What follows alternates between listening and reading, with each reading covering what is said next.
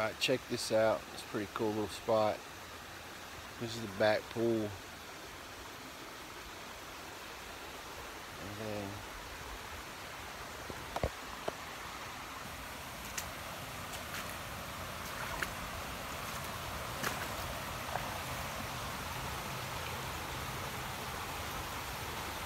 a lot of rain that runs to Lake Sopper Springs, Bob Sandlin Lake. And this is the back pool. You can't see it, it's so grown up, but pretty cool little spot. You see these big old trees that fell over. Got to check these fence lines. The baby calf will be able to get under that. I'll have to fix all that up.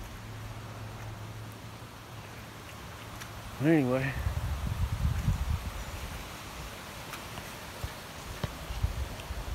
Mother Nature, it's beautiful.